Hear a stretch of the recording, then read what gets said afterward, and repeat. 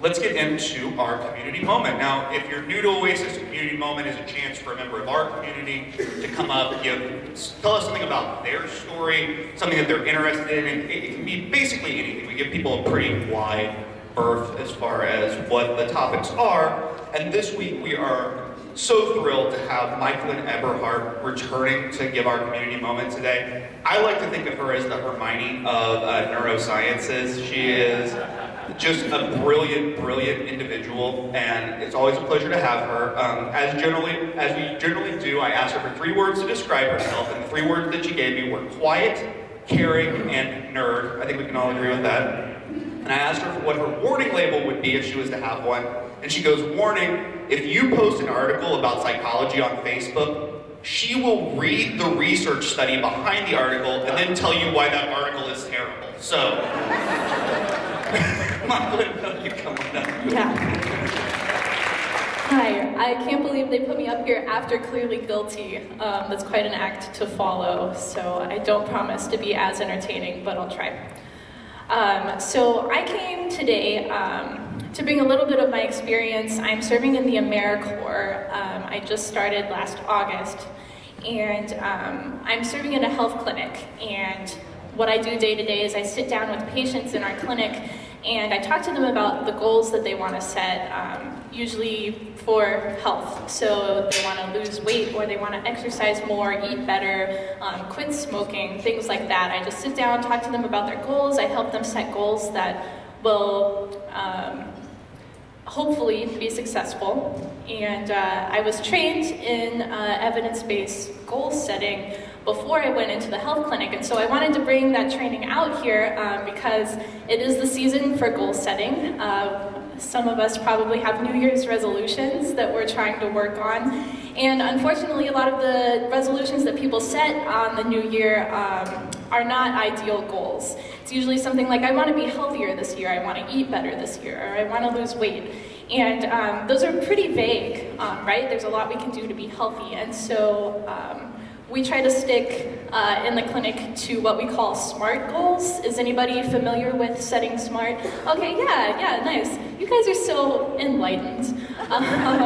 But for those who don't know, so it's an acronym. So we start SMART. So S is specific. So instead of saying, I want to be healthier this year, you want to do something like, I want to start by eating more vegetables, or I want to start by walking around the block once a day. The M is measurable. So it's hard to measure health, but it's easy to measure, okay, how many servings of vegetables did I eat today? Or how many miles did I walk? We want it to be attainable, and we want it to be realistic. So sit down and really ask yourself, is this goal I'm setting, is it too high for me right now? Where am I in my life, and where is the next step I want to go? And then the T is timeline. I usually think that New Year's resolutions don't have a great timeline because a year is a long time. And you can keep in the back of my mind, oh yeah, I'm going to do better on this year, but I don't have to do that today because I've got the whole year to improve, right? So I try to keep my patients on a smaller timeline. We usually do a week. So what I say is, so you want to quit smoking. Well, in 1 week from now, where do you want to be? Where can you be that's realistic? Do you want to say you're smoking a pack a day? Do you want to smoke 1 pack minus 1 cigarette a day and start from there? I'll call you in a week and see how that's going.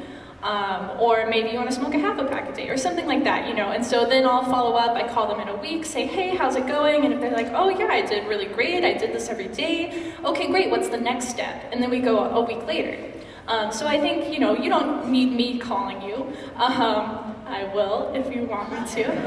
But, just kind of maybe keeping a journal and saying, okay, this week I'm going to do this 3 times a week, and then keep a tally. And then next week check in on yourself and say, okay, yeah, I really did this. But it's okay if you don't succeed the first time you try. Honestly, you're probably going to fail and not successfully achieve every goal that you set for yourself. And that's okay.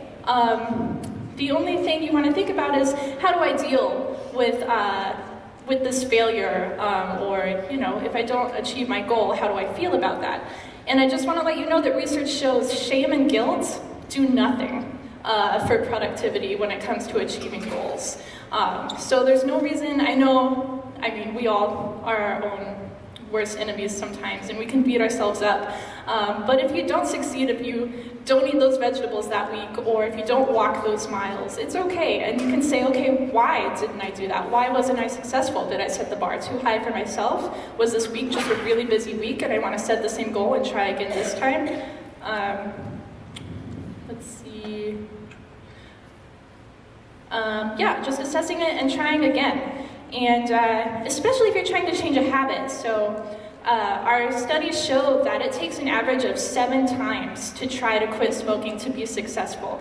And every time you try, you are more likely to be successful the more times you try. So an average of 7 times of like really trying to go out there and quit. That's a lot of times, and that can be pretty discouraging when you're trying to make that big of a change in your life. So yeah, in conclusion, just one small change at a time.